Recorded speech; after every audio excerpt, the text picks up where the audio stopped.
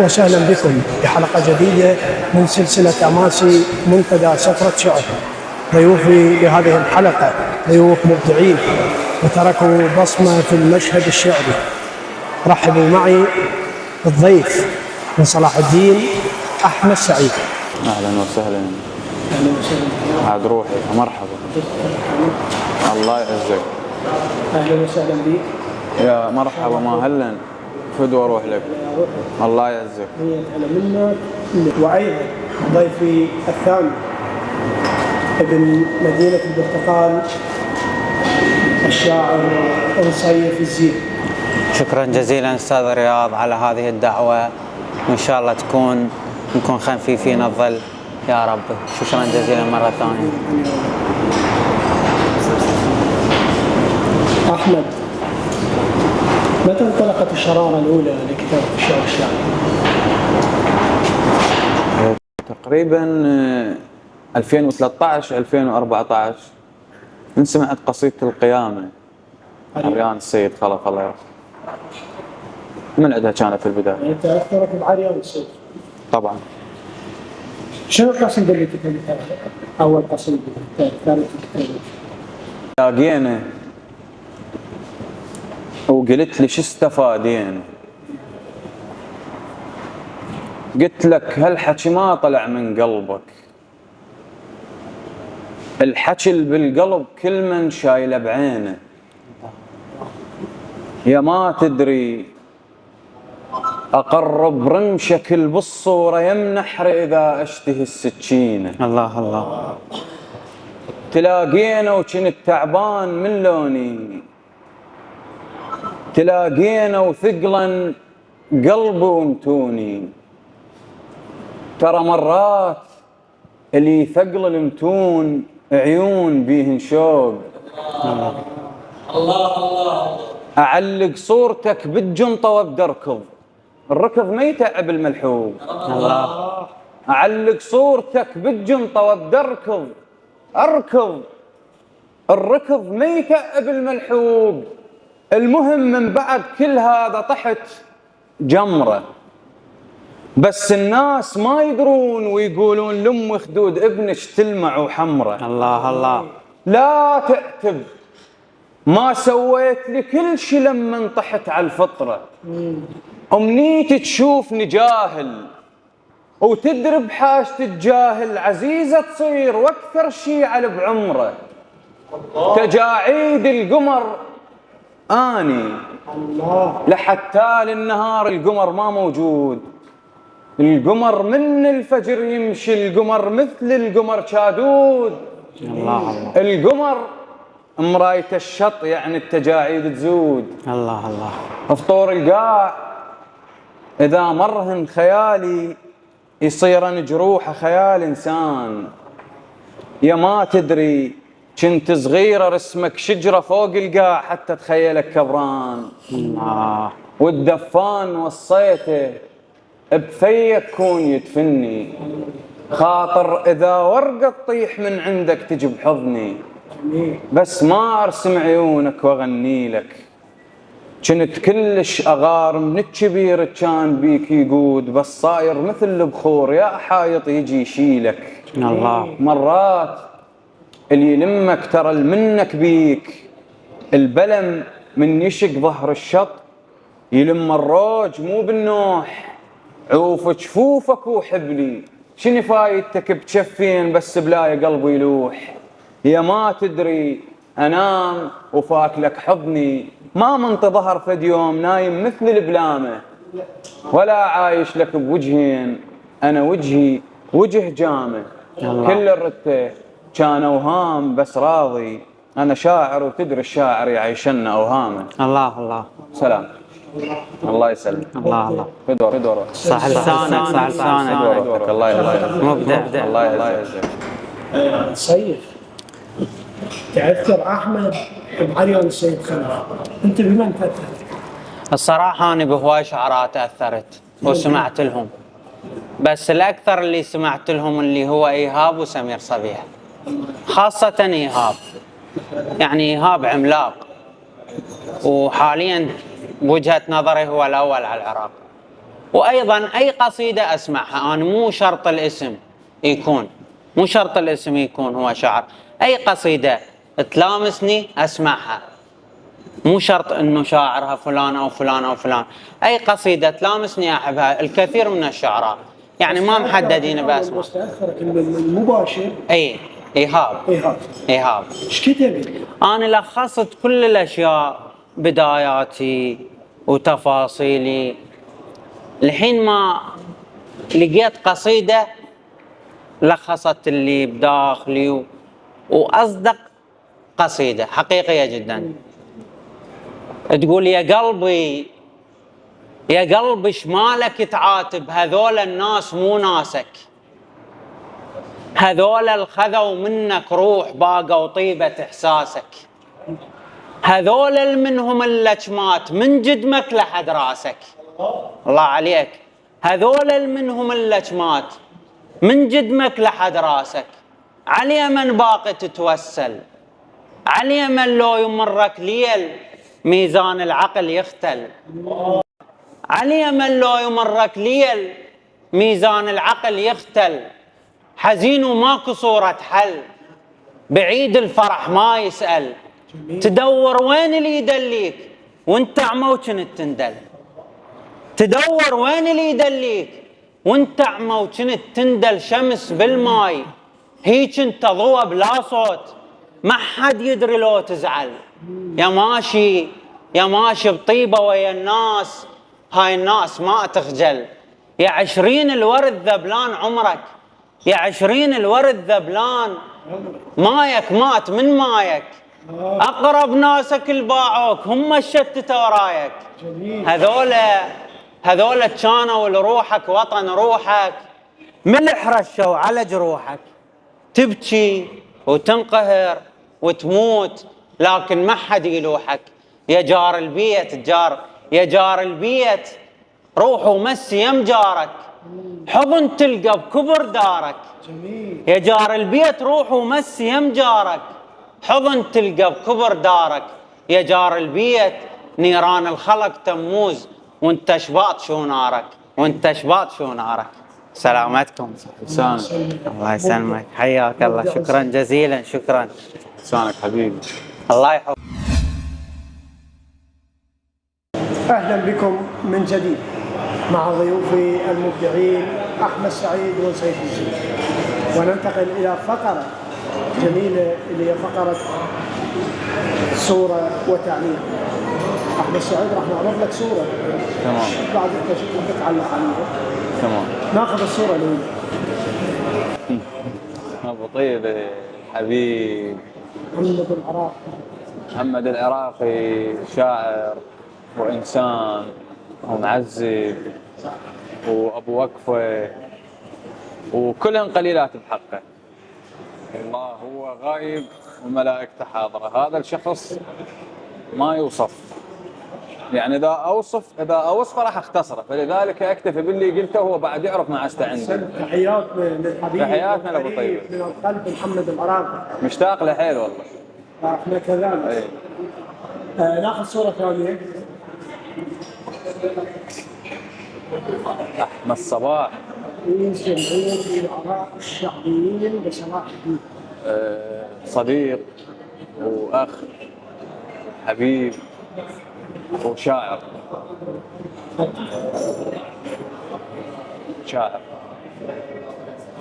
شو توجه له؟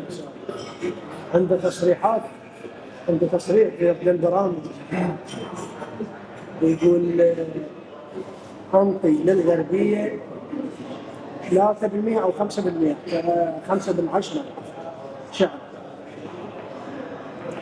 شوف، هو أول شيء أنا طبعا تحياتنا له، مشتاق له. ثانيا يعني موضوع النسب ويبقى رأي شخصي. طبعا هو رأي الشخص، يعني هو يشوف أنه أكو نسبة محددة للشعراء الموجودين بالغربية. أنت لك فد نسبة ببالك أكثر، أنا إلي نسبة ببالي ممكن تكون وسط بيناتكم. فهي تبقى يعني ممكن أنه هو ما عنده، خلينا نقول ذاك الاطلاع على كل الشعراء الغربية، أو مطلع وهو عنده فد نفس خاص به بالكتابة ما لقاه بشعراء الغربية، لذلك أنطى هاي النسبة. فتبقى هو كل إنسان وجهة نظره. إذا تريد ترجع لها بالتحديد، الشعر موجود بكل مكان، بس أكو مكانات تتنفس شعر، واكو مكانات لا، الشعر يكون عندهم حتى مو ثانوي، بعد أبعد. لذلك اللي عنده الشعر مالته متنفس أكيد راح يطغي على المحافظات البقية. زين أحمد، شنو السبب للغربية ما عندنا أساسات مثل الناصرية والعمارة أو الجنوب بصورة عامة؟ احنا ما عندنا بناء صحيح للشعر. يعني قبل شوي، متى ما عندنا بناء صحيح؟ منذ أن شاع الشعر ما عندنا بناء صحيح للشعر، خصوصا أنه موضوع المنتديات. هسه أنت إذا تروح للناصرية تلقي بكل حي، ما أريد نقول كل قضاء، منتدى بكل حي تلقي منتدى. على صحية؟ طبعا صحية. كثرة المنتديات؟ كثرة المنتديات هي بيها إيجابي وبيها سلبي، احنا ما نريد نتطرق لهاي الأمور، احنا ناخذ بس الإيجابيات من عندها. جيد. الفكرة أنه أكو منتديات، واكو المنتدى يكون قائم عليه شخص شاعر وواصل ووجهه مألوف إعلاميا وعنده مادة، لذلك هو راح يدعم ويسند اللي يكون وياه بالمنتدى. احنا هنا ما عندنا، يعني إذا تريد ترجع لها كغربية تلقي بالغربية ما يعني مثلا الأنبار، يعني احنا شايفين اللي شايفينه واللي سامعينه يمكن منتديين أو 3. أنا بعيدا عن المنتديات أحمد، أريد أسماء كعليان السيد خلف، كاظم اسماعيل الجاطع، سمير صبيح، ظفر النواب، صلاح الدين، خصوصا اللي هي محافظتنا. صلاح الدين عندنا هيك اسماء؟ يعني الظاهي عريان السيد خلف ومظفر النواب؟ لا طبعا. أو أقل عندكم مشهور أو من المشهورين أو من الواصلين صلاح الدين؟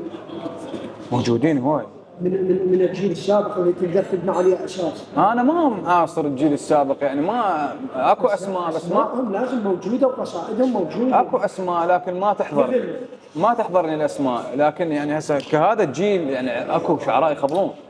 بعيدا عن هذا الجيل اللي سبقه الاساس ما تحضرني الاسماء.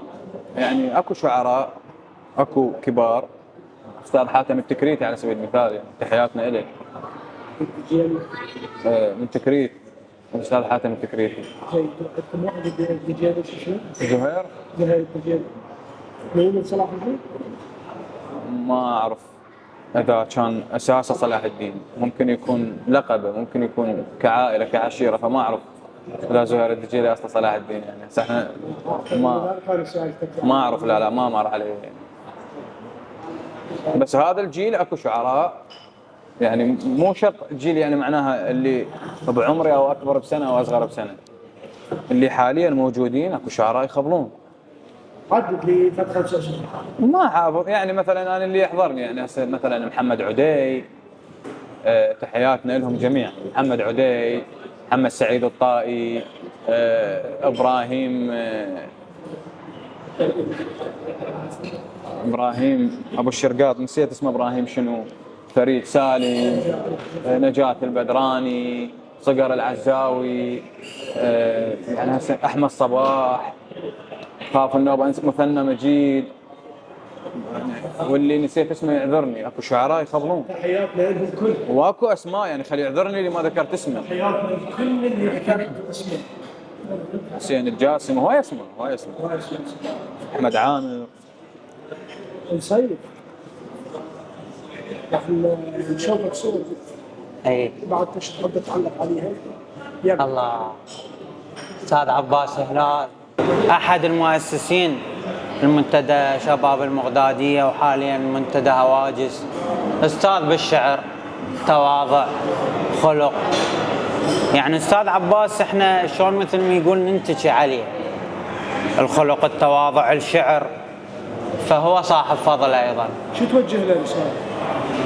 اقول له الله يحفظك ويديمك للحركه الشعريه، ونتمنى بعد، لان هو حاليا بفتره يعني هو توقف دائم بالمغداديه حاليا، فاتمنى انه يرجع نفس النشاط اللي كان قبل. نتمنى هذا الرجوع المفروض يرجع. اي، لان استاذ عباس، وحتى ما ننسى استاذ سعد الخالد وكل الموجودين بالمغدادية حتى ما يزعلون علينا، وتحياتنا لهم. وكلهم صاحبين نشاط كان بالمغدادية كلش حلو، نتمنى يرجع هذا النشاط. تحياتنا لهم. تحياتنا لهم. واني افاجأ بشيء، تحياتنا لهم. هو عنده قصيدة على الفيسبوك تقريبا هو قاريها لو مرة لو مرتين وحتى يمكن ناسيها، فأنا أحب يعني باعتبار هدية له. هي قصيدة يعني على واقع الحب حاليا بالفيسبوك. القصيدة العباس هلال تقول: مرة قاعد فد مكان وصدفة شايب يمي كان، قلت له حجينا صدق شنو رايك بالعشق؟ ارد اسالك بالله حاج، حب الاول يا مزاج، جرجقاره وبيها ذاب. قال لي اسمع هالجواب، حب الاول اسمه قيس وهسه صاير اسمه فيس. حب الاول اسمه قيس وهسه صاير اسمه فيس. حب الاول تضحيات هسه كام وياها هجات. ذاك جيل بكل شي زين وهذا جيل بكل شي شين. لو انضيف وشفته جاي كان ماي وبعده شاي. لو انضيف وشفته جاي كان ماي وبعده شاي. وكلمة حلوة وبيها راي، هسه أول ما يجيك بالله عندكم واي فاي. هسه أول ما يجيك بالله عندكم واي فاي. القبلة ينشد عنها كان، القبلة ينشد عنها كان، هسه راوتر يا مكان. القبلة ينشد عنها كان، هسه راوتر يا مكان. قبل تقعد يسألوك هذه صورة من أبوك، هسه من يقعد يميل بالله نتكم شو ثقيل. وسلامتكم وتحياتنا للأستاذ عباس هلال. وهو حتى ناسي إذا عندها القصد، لكن هي كانت يعني فكرة كلش رائعة. سمعتها منه مرة أو مرتين فحفظتها، يعني خليتها يمي وهسه يعني باعتبار هدية له. تحياتنا للأستاذ عباس هلال. حياك الله. نشوف صورة ثانية. الله، هذا أبويا، وقف له أبويا. إنسان عظيم والعظمة لله. أبويا من الناس اللي من أهل الله، مثل ما نقول من أهل الله. ينطي يعني أبسط الشغلات، مثلا تجي يخلي لك الموبايل على الشحن، شغلات بسيطة ينطي بدون ما ندري. والحمد لله يعني على نعمة الأب. بفترة من الفترات ب 2020 تعرف فترة كورونا وهيك شيء، فأبويا هذا تشوفه أبويا الجبل اللي علينا 24 ساعة وتشوفه وقعة يعني كارثية. قام ينزل الأكسجين مالته لل40 لل30، يعني وصلنا مرحلة قلنا احنا راح نخسر أبونا. فبالمستشفى قال لي ولدي اشتروني أنا وأخويا، فأنا انهاريت. وصدق الحمد لله والشكر يعني ما نومنا مستشفى بالبيت وأكسجين، ظل مدة 45 يوم. احنا أنا وأخواني فترة كورونا أنا وأخواني متداول. فتشوف أبوك هيك وضعيته قوة يتنفس باللاوعي. كتبت له شيء، هديت الهياب بالعيد ورا ما الحمد لله صار زين وطاب. شمس الله طلعت من غبشه بيها وصاف شلون اوصافك. شمس الله تضول هالعالم وانت تضول كل من شافك. يا ابويا وشو قلبك ذابل تعبان وعطشان اشفافك، وانت شايل دنيا بظهرك ياهو اللي يقدر قل خلافك.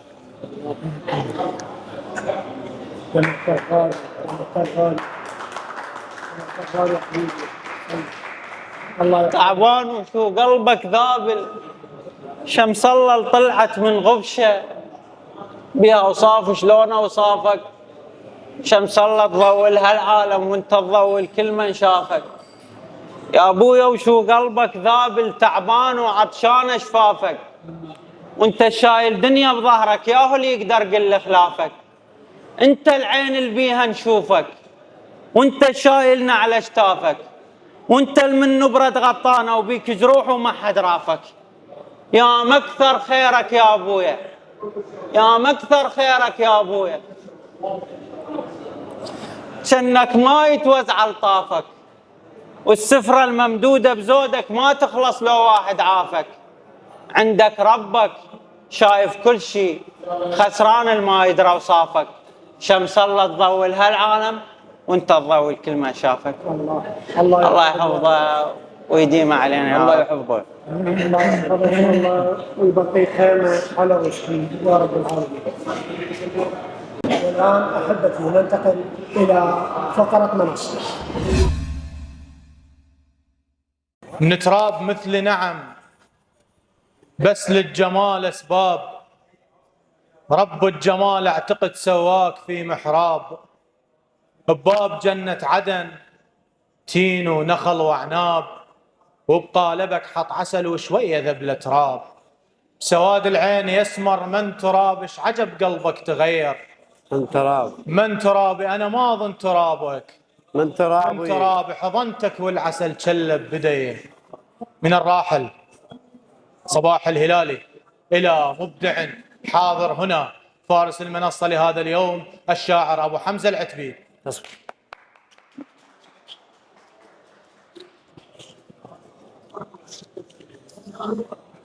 كاروك المصايب لو لبينا، كاروك المصايب لو لبينا، ونمشوا من دهرنا لو لبينا. ظلام وبحر هايج لو لبينا، بلم متخلعت لوحات بيه. من مأثورنا الشعبي في قضاء بلدروز، قصة جرت سنة 75 تحديدا، قصة حب بين طالبي الجامعة. بعد ال4 سنوات انتهت الدراسة، تقدم لها مع أقاربه لغرض الخطوبة، قابلوه بالنهوة، نهوه. أخذ ناس لامعين بالوسط الاجتماعي، أخذ ناس أجلاء، دامت النهوة 20 سنة. ذاك اليوم بعد ال20 سنة فارقت الحياة. فبلدروز آنذاك معروفة ب3 مناطق، هي الفضوة، حواشي البزانية، حواشي القلعة. عبر على سلفهم شيعها وياهم، تقفت السيارة ام الجنازة، رجع يقطقط على نهر الروز، هنا ينتفض له قلمي. تقفى العمر بسنيني ولمهن، تقفى العمر بسنيني ولمهن، وترك حرق الطفل بي وألم هين. منمشى زياقة جرجرهن، وحس شيء بالصدر شامت علي. خلاص. بقلمي رثاء لسان حاله، يا حسرة سنين ويا حزن عاشور، يا حسرة سنين ويا حزن عاشور، ويا خبز الضحى وتنور عربية، ويا دمعة جفن وبردة تالي الليل، ويا نقش العجم بعمامة البدوية. هضيم اسهام هجرك ما اجن بالريش، دقن بالعظم حيله جرن بيه. خجلا شيبات زلفي، خجلا شيبات زلفي، 3 ثمن بسكوت من شافن عشق غافع لعوتيه. خجلا شيبات زلفي، 3 ثمن بسكوت من شافن عشق غافع لعوتيه. زعل مني الشباب وعافني وراح، زعل مني الشباب وعافني وراح. زعل مشحوف لاذ بحضن برديه، زعل مني الشباب وعافني وراح. زعل مشحوف لاذ بحضن برديه. سلاما على العمر من يقضي حسرات، سلاما على العمر من يقضي حسرات، وكثر عض الأصابع بقى عارية. يا باقة ورد ضميتها لملقاك، يا باقة ورد ضميتها لملقاك. هناك وللجنازة نحطها ترشية، يا حزن الحزن يا مثل ظلي وياي. يا حزن الحزن يا مثل ظل وياي، دفك حزنك جقارة وليل شتوية. يا حزن الحزن يا مثل ظل وياي، دفك حزنك جقارة وليل شتوية. العمر بسطة رصيف وصاحبي دلال، العمر بسطة رصيف وصاحبي دلال، وبعد هيهات نجني أحلام وردية، بعد هيهات نجني أحلام وردية. والسلام عليكم. أحمد سعيد، هل نفتقد إلى قانون حب لأخيك ما تحب لنفسك؟ يعني بنسبة 50%، لأن ما تنطبق على كل المحافظات. اكو محافظات الشاعر اللي يوصل للإعلام مد حبل للشعراء اللي خلينا نقول اللي صاعدين أو اللي توهم يكتبون، يحتضنهم بوقت ويوصلهم للإعلام بوقت ثاني. فما تنطبق على كل المحافظات، بس اكو محافظات لا تنطبق عليها، لأن يحس إنه هذا راح يشاركه، يعني ما يحس إنه الشعر هو ماكو خط ويبدي من عنده ولا اكو خط ينتهي به، هو الشعر عالم بحر خلينا نسميه، فموجوده بمحافظات وما موجوده بمحافظات ثانيه. زين، شو توجه رساله للقسم الثاني؟ يعني هو يحتكر الاشياء بس، يعني ممكن تكون قله ثقه بنفسه، انه هو يعني يريد يحتكر اكبر مساحه ممكنه، لان اللي واثق من نفسه ويعرف انه الشعر ما بخط انطلاق وخط نهايه، فطبيعي انه يتعامل بطبيعته ويحب لاخيه ما يحب لنفسه. مع القسم الاول ولا مع القسم الثاني؟ لا طبعا مع القسم الاول. ايش راح تقرا عنه؟ انا نار بكل درب شائك افوت، دروبي ما اطبها اذا مشروحه، انا جيك مرايه لو صرنا بطريق وين ما وجهك تدير نلوحه، تهز بديك بصورتي رايد نطيح وانا صير صورتك مرجوحه، الظرف مجروح المضمد حنين شاف ما واحد يضمد جروحه، الظرف نثي مضمد الفك الضماد، يعني هسه الظرف طلع روحه، والرسالة يتمت بالمعنى هذا ان ولدته وامها مشت مذبوحه، قاص تتجاهل تفك عينه وتنام، هيك عيني على الصور مفتوحه، وانا شئ وجهك رسمنا على جام، ماكو جام بغرفتي ممسوحه. الله الله. احنا ناس نحبك ونسال عليك، وانت ما تسال بيوم علينا، النار اذا بسدك وانا ببالك جيت، تدني بالك خاطر تشوينا. الله. الساعة من تموت ما توقف الحياة، العمر ما تقف ساعة بعينه، عكس كل منجل إذا رايد يموت تموت وقف السنبلة على الطينة. الله الله. أنا غار اسمك أكتبه بريش طير، وانت تحفر اسمي بالسكين. الله الله. سلام. صح لسانك. صح الله بدأ مبدع. بعمق القصيدة والإبداع اللي فيه لازم كل بيت أقول لك الله، بس ما الله يعزك الله يسلمك في دورك، ما خطيت قاطعك النبي. في دول أمرك. زين، عيون استاذ رياض. شنو سبب ابتعادك عن المشهد الشعري كل هاي الفترة؟ الصراحة سؤال جدا منطقي. قبل كورونا فترة يعني قصيرة جدا، كان الشعر بالنسبة لي كل شيء تقريبا بحياتي، بلهفة بشغف أكتب، أحاول أطلع مهرجانات، أحاول بأي مكان، إذا مهرجان ببغداد إذا بغير محافظات، بدون انقطاع، يعني أروح، أكو شغف بالشعر. لفترة ما صار عندي دوام أيضا، شوية شوية بدأ الشغف ينتهي ويقل. وشيء ثاني، هاي النقطة ليش بدأ يقل؟ وشيء ثاني ويمكن الكل تأيدني أنت وأستاذ أحمد، من تصل للمرحلة يسمونها إشباع الذات، ممكن بعد ما تكتب قصيدة. تكتفيت؟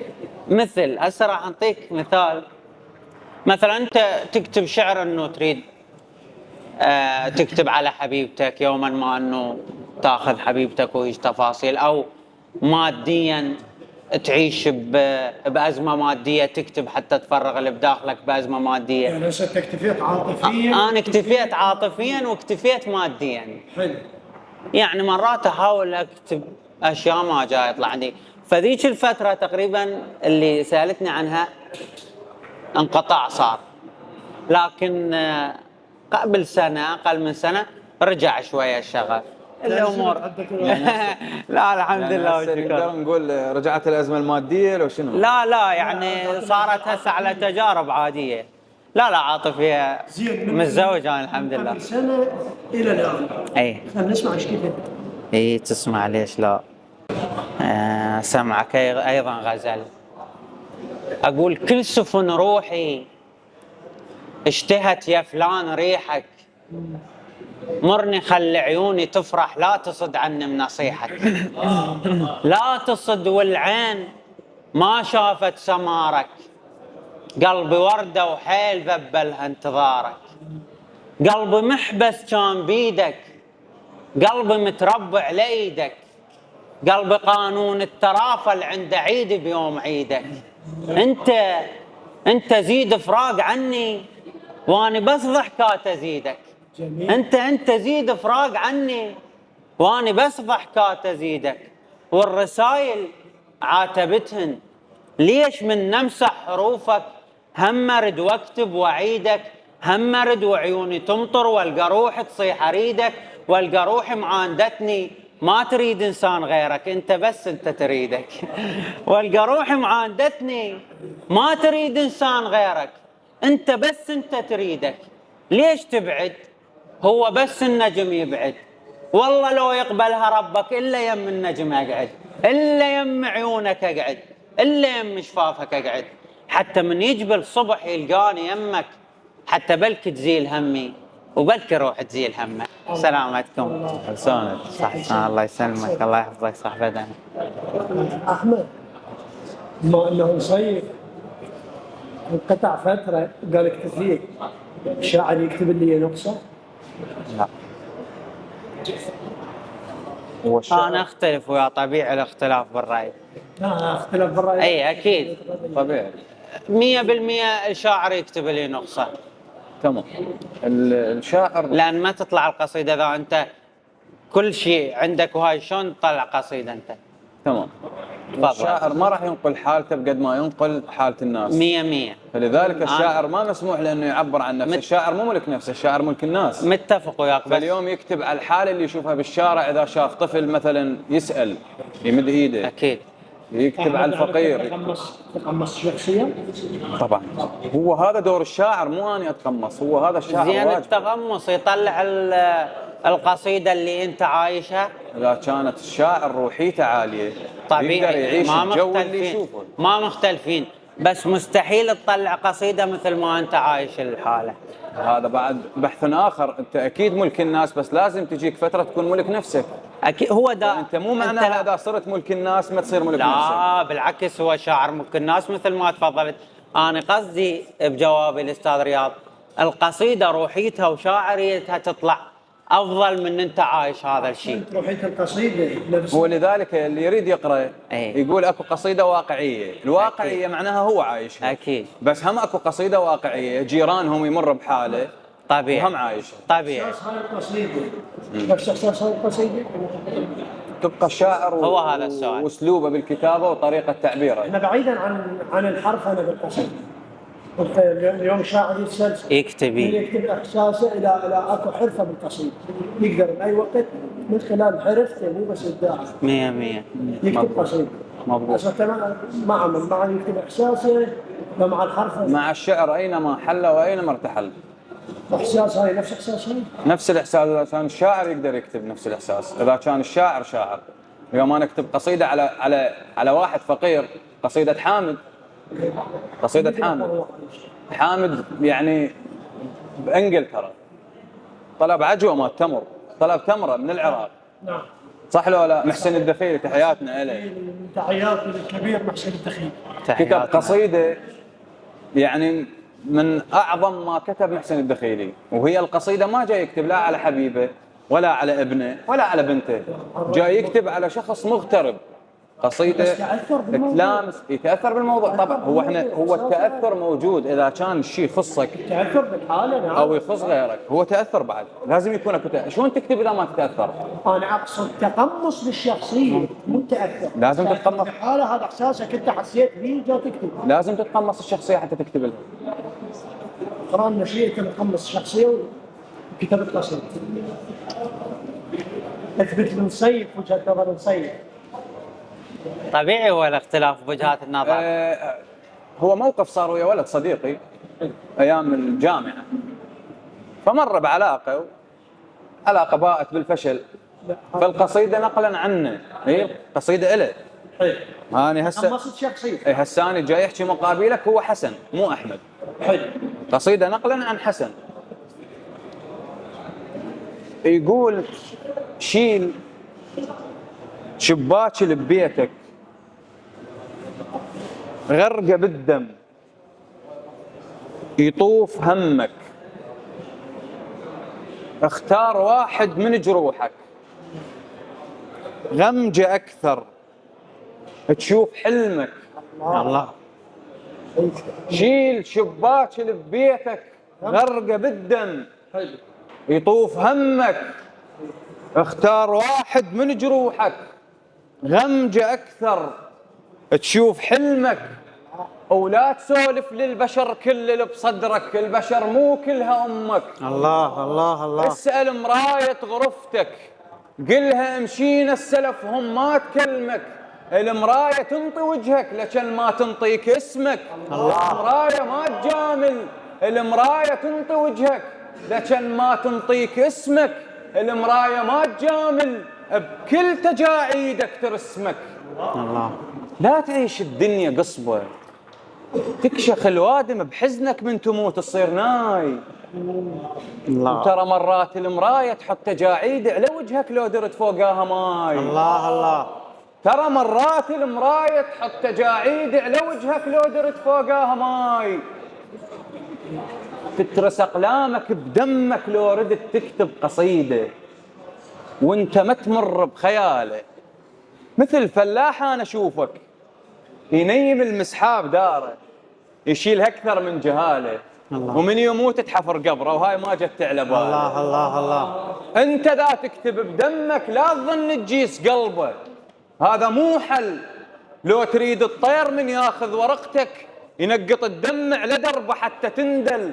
ايش قد غشيم الجرح الاول وانت مثل الجرح الاول، تحضن مراية غرفتك من تصير الدنيا ظلمه، ومن يفز الضوء تعاين هاي روحك تبتعد آثار دم فوق المراية، وتكتشف هالمرة الأولى اللي بيها تتشابك جروحك. الله. هاي يا عيش انت عايش، هاي يا عيش انت عايش، صورة يم مشلول والبالصورة واقف حاط عيونه عليك.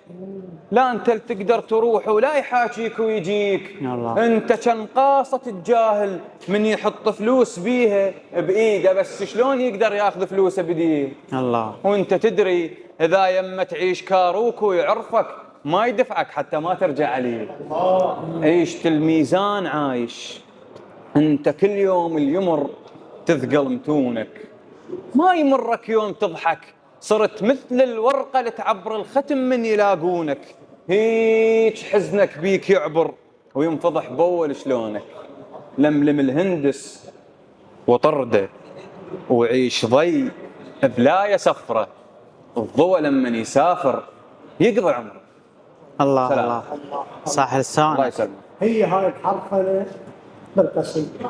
ردت أكيد رد على أكيد. موضوع انه انت تتاثر بغير قصه، فالقصه مو قصتي انا ما عايشها. طبيعي استاذ احمد، هو يعني صح لسانك ومبدع وماكو غبار على شاعريتك وانت انسان مبدع، لكن احنا قلت لك الحاله اللي تمر بها تطلع القصيده افضل بروحيه اكثر بشاعريه، لكن انا هسه ايضا اريد اقدر اكتب قصيده على موقف اخر وانا ما مر بها واطلع شعر منها، وشعر يعني قوي جدا. لكن احنا كانت نقطه خلاف بالراي انه اللي عايشها انت افضل، لا اكثر ولا اقل.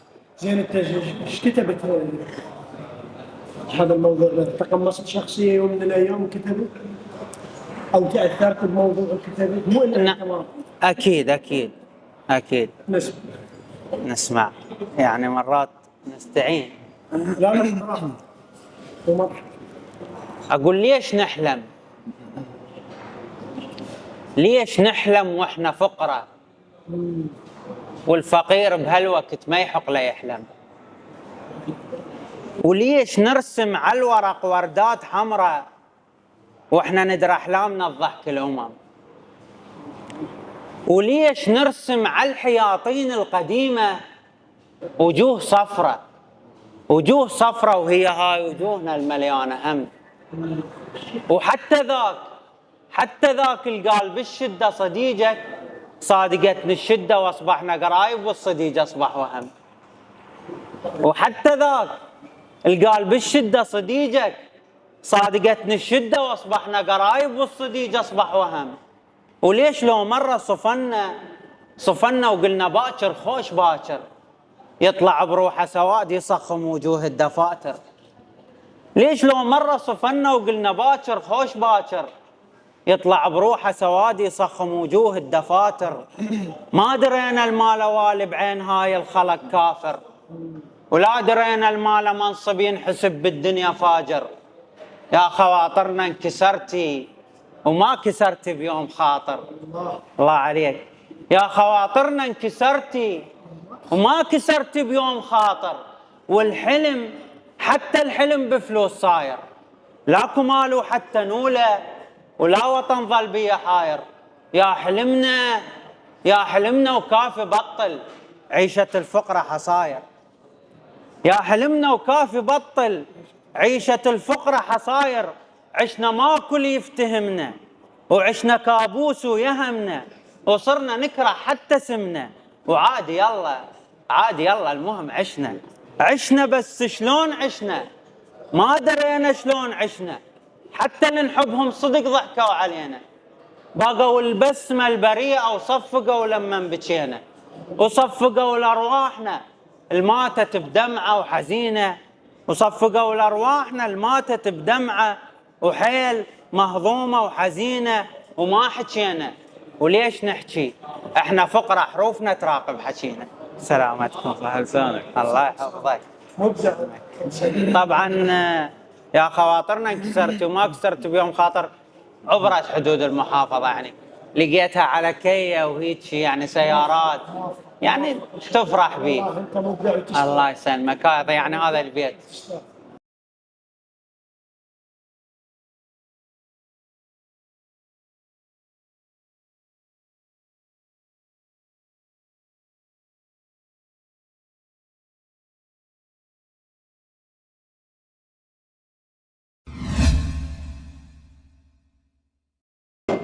إلى هنا نطفئ شمعة حلقة هذه الليلة، فانتظرونا سنوقدها مرة أخرى وحلقة قادمة وشعراء مبدعين.